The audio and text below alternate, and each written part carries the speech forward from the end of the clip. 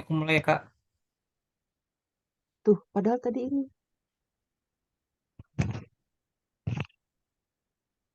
Oke, Yuk. selamat siang kepada Bapak Hendri. Selaku dosen pengampu mata kuliah etika profesi, kami dari kelompok 2 ingin mempresentasikan materi etika dalam kantor akuntan publik. Kelompok 2 terdiri dari saya sendiri, Dewi Puspitasari, kemudian ada Dewi Melati, ada Rilinda Sari, dan Ikhwan Kurniawan. Aturan etika bisnis menurut IAPI yang pertama itu adanya independensi. Seorang akuntan publik wajib untuk memiliki mental yang independen saat memberikan jasa profesionalnya. Independensi ini yaitu tidak dapat diintervensi oleh pihak manapun, baik pihak perusahaan pemberi kerja maupun perusahaan klien. Kemudian independensi yang dimaksud juga dapat berupa dengan tanpa intervensi memberikan jasa profesionalnya berdasarkan fakta yang ada di lapangan.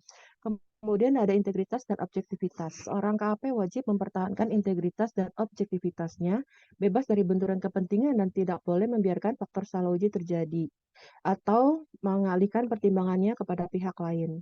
Kemudian ada standar umum dan prinsip akuntansi. Standar umum yang pertama adanya kompetensi profesional. Anggota KP dituntut untuk meningkatkan kompetensinya terkait untuk memberikan jasa secara profesional dan layak agar sesuai dengan standar peraturan akuntan publik atau SPAP. Kemudian juga adanya kecermatan dan kesesamaan profesional. Yang ketiga, adanya perencanaan dan supervisi. Anggota AKP wajib melaksanakan atau merencanakan dan mensupervisi pelaksanaan pemberian jasa profesional secara memadai. Yang keempat, data relevan memadai. Anggota KAP wajib memberikan data relevan yang memadai sebagai dasar membuat kesimpulan terkait pelaksanaan jasa profesionalnya. Yang kelima, kepatuhan terhadap standar. Anggota AKP memberikan jasa audit, atestasi, review, kompilasi, konsultan manajemen maupun perpajakan wajib mematuhi standar peraturan yang dikeluarkan oleh IAPI. Prinsip akuntansi, anggota KP tidak diperbolehkan menyatakan pendapat atau memberikan penegasan kalau laporan keuangan suatu entitas disajikan sesuai dengan prinsip akuntansi yang berlaku umum. Kemudian, anggota KP juga tidak boleh menyatakan bahwa ia menemukan perlunya modifikasi material yang harus dilakukan terhadap laporan atau data tersebut agar sesuai dengan prinsip akuntansi yang berlaku. Kemudian ada tanggung jawab kepada klien. Yang pertama, informasi klien yang rahasia. Anggota KP tidak diperkenankan mengungkapkan informasi klien yang rahasia tanpa adanya persetujuan dari pihak klien. Ketentuan ini bertujuan untuk membebaskan anggota KAP dari kewajiban profesionalnya sesuai dengan aturan etika kepatuhan terhadap standar dan prinsip akuntansi. Yang kedua, mempengaruhi kewajiban anggota KAP dengan cara apapun untuk mematuhi peraturan perundangan yang berlaku. Yang ketiga, melarang review praktik profesional seorang anggota sesuai dengan kewenangan IAPI. Dan yang terakhir, menghalangi anggota dari pengajuan pengaduan keluhan atau pemberian komentar atas penyidikan yang dilakukan oleh badan yang dibentuk IAPI dalam rangka penegakan disiplin anggota. Slide selanjutnya akan dibacakan oleh Rilinda Sari. Selanjutnya ada fee profesional. Besarnya fee anggota dapat bervariasi tergantung risiko penugasan, kompleksitas jasa yang diberikan, tingkat keahlian yang diperlukan untuk melaksanakan jasa tersebut, struktur biaya KAP yang bersangkutan, dan pertimbangan profesional lainnya. Anggota KAP tidak diperkenankan mendapatkan klien dengan cara menawarkan fee yang dapat merusak citra profesi. Selanjutnya ada fee kontingental.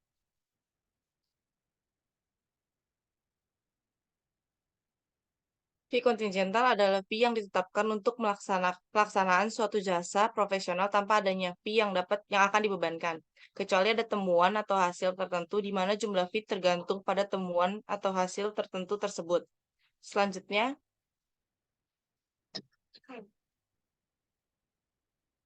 ada tanggung jawab kepada rekan seprofesi. Tanggung jawab kepada rekan seprofesi yaitu anggota wajib memelihara citra profesi dengan tidak melakukan perkataan dan perbuatan yang dapat merusak reputasi rekan seprofesi. Yang kedua ada komunikasi antar akuntan publik. Yang pertama ada anggota wajib berkomunikasi tertulis dengan anggota publik pendahulu bila menerima penugasan audit menggantikan akuntan publik pendahulu atau tahun buku yang sama ditunjuk akuntan publik lain dengan jenis dan periode serta tujuan yang berlainan. Akuntan publik pendahulu wajib menanggapi secara tertulis permintaan komunikasi dari akuntan pengganti secara memadai. Yang ketiga, akuntan publik tidak diperkenankan menerima penugasan atestasi yang jenis atestasi dan periodenya sama dengan penugasan akuntan yang lebih dahulu ditunjuk klien. kecuali apabila penugasan tersebut dilaksanakan untuk memenuhi ketentuan perundang-undangan atau peraturan yang dibuat oleh badan yang berwenang. Selanjutnya ada tanggung jawab dan praktik lain. Yang pertama ada perbuatan dan perkataan yang mencemarkan profesi. Yang kedua, iklan, promosi, dan kegiatan pemasaran lainnya. Anggota dalam menjalankan praktik akuntan publik diperkenankan mencari klien melalui pemasangan iklan, promosi pemasaran, dan kegiatan pemasaran lainnya sepanjang tidak merendahkan citra profesi. Yang ketiga, komisi dan fee referral. Komisi adalah imbalan dalam bentuk uang atau barang atau bentuk lainnya yang diberikan atau diterima kepada klien lain untuk memperoleh penugasan dari klien lain tanpa mengurangi independensi. Fee referral adalah imbalan yang dibayarkan atau diterima kepada sesama penyedia jasa profesional akuntan publik. Yang keempat, bentuk organisasi dan nama KAP. Anggota hanya dapat berpraktik akuntan publik dalam bentuk organisasi yang diizinkan oleh peraturan perundang-undangan yang berlaku dan atau yang tidak menyesatkan dan merendahkan citra profesi dalam satu kantor akuntan publik, baik anggota atau non-anggota IAPI. Selanjutnya akan dibacakan oleh Ikhwan. Selanjutnya ada tanggung jawab sosial KP sebagai entitas bisnis melibatkan ciri khas dari profesi akuntan publik, terutama sikap altruisme. Altruisme dalam konteks ini mengacu pada kecenderungan untuk mengutamakan kepentingan publik dan juga memperhatikan kesejahteraan sama akuntan publik daripada hanya fokus pada keuntungan finansial semata. Yang selanjutnya ada krisis dalam profesi akuntansi. Profesi akuntan publik di Indonesia menghadapi krisis yang diperkirakan terjadi 10 tahun ke depan. Data dari IAPI menunjukkan bahwa sekitar 75% akuntan publik yang berpraktik di Indonesia berusia di atas 55 tahun. Regulasi dalam rangka penegakan etika KAP. Regulasi terhadap akuntan publik semakin diperketat dengan usulan penerapan sanksi disiplin berat dan denda administratif yang besar, terutama terkait pelanggaran dalam penerapan standar profesional akuntan publik atau SPAP. Selain itu, sanksi pidana juga diberlakukan bagi akuntan publik palsu atau orang yang mengaku sebagai akuntan publik, serta bagi akuntan publik yang melanggar penerapan SPAP.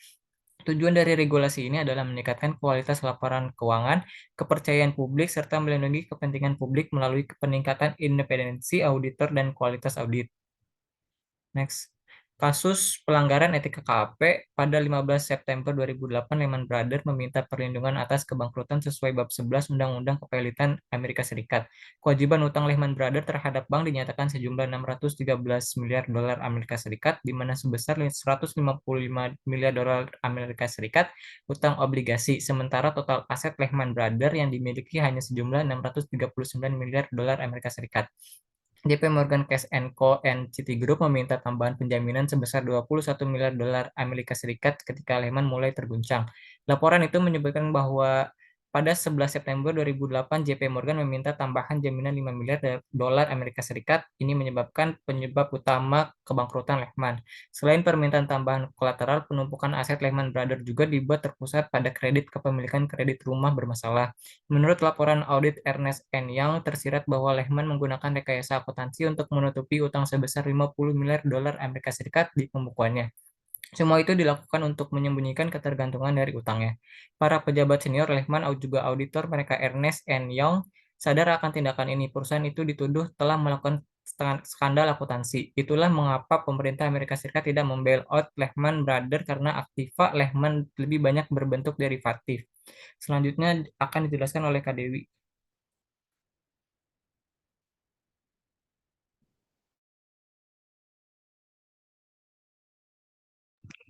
C. Dewi.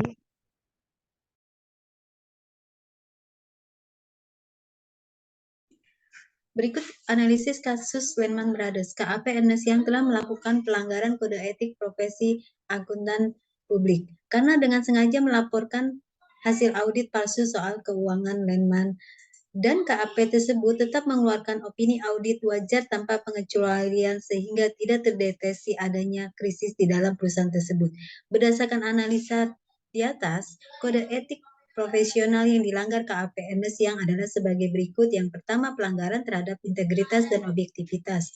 KAP harus mempertahankan integritas dan objektivitas, tetapi pada kenyataannya auditor tersebut tidak jujur dalam melakukan penilaian laporan keuangan Lehman Brothers, di mana pada kasus tersebut sebenarnya KAP Ernst Young mengetahui bahwa perusahaan menutupi utang sebesar 50 miliar dolar, tetapi auditor jelas-jelas terbukti menutupi fakta tersebut dan melakukan skandal dengan kliennya.